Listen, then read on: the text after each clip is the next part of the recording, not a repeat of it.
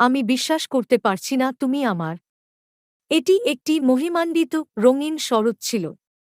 আমরা সবেমাত্র coffee shop ছেড়ে চলে এসেছি। আমরা যখন পাশ দিয়ে হেঁটে যাই, তখন সে হাসতে হাসতে আমাকে ভিতরে টেনে নিয়ে বলেছিল, চলো আমরা সাধারণ সাদা মেয়েরা হই এবং কুমড়ার মশলা নিয়ে আসি। আমি কফি পছন্দ করি না, আমার কখনই ছিল না।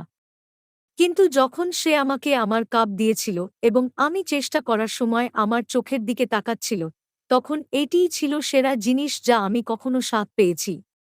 আমার হাত তখনও কাঁপছে যেখানে সে ধরেছে। আমরা যখন আমাদের পানীয় নিয়ে পার্কের মধ্যে দিয়ে যাচ্ছিলাম, তখন হালকা গুঁড়ি গুঁড়ি বৃষ্টি পড়তে শুরু করেছে।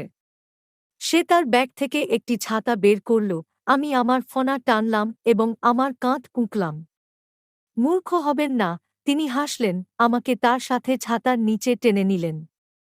আমিও হাসতে পারলাম না, তার হাসি সংক্রামক। সূর্য আবার জ্বলতে শুরু করার সাথে সাথে সে আমাকে একটি বেঞ্চে বসার জন্য টেনে নামিয়ে দিল। সে আমার দিকে তাকালো এবং আমি কেবল আদর করে ফিরে তাকাতে পারলাম। তাই আভা, সে শুরু করল।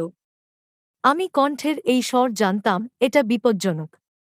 তুমি কাকে পছন্দ কর? তিনি ফিসফিস করে বললেন এবং আমি দূরে তাকালাম। আমি বলতে চেয়েছিলাম, তুমি, তুমি, হাজারবার তুমি। তুমি একমাত্র আমি যা নিয়ে ভাবতে পারি।